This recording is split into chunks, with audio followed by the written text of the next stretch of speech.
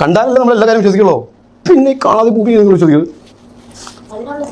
Satellite എവിടെയുണ്ട്? നിങ്ങൾക്ക് ഈ കപ്പ് കാണുന്നില്ലേ? കപ്പ് ഫോക്കസ് ഈ കപ്പ് ഈ ഫോക്കസിൽ കാണണമെങ്കിൽ എത്ര ദൂരം പോകണം? കപ്പിന്ന് കപ്പ് ഇങ്ങനെ കാണാൻ പറ്റണ്ട ഫുള്ളായിട്ട് ഇത്ര പോകണ്ടേ? അപ്പൊ ഭൂമിയിലെ ഫുൾ വട്ടത്തിൽ കാണണമെങ്കിൽ എത്ര ദൂരം പോകണം?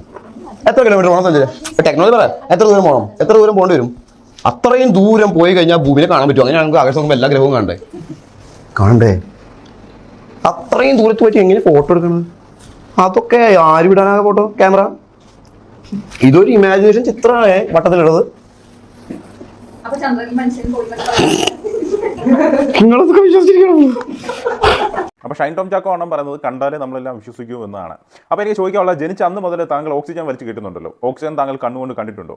അങ്ങനെ കാണാത്തൊരു സാധനം എന്തിനാണ് താങ്കൾ വലിച്ചു കയറ്റുന്നത്? അതുകൊണ്ട് ഇന്ന് മുതൽ കണ്ണിൽ കാണാത്ത ഓക്സിജൻ ഇല്ല എന്ന് പറഞ്ഞ് വിശ്വസിച്ചുകൊണ്ട് ഓക്സിജൻ വലിച്ചു കയറ്റുന്നത് താൻ നിർത്തുവോ? എന്തൊക്കെ ഊളത്തരമാണോ വിളിച്ചു പറയുന്നത്? ഭൂമി ഉരുണ്ടതല്ല.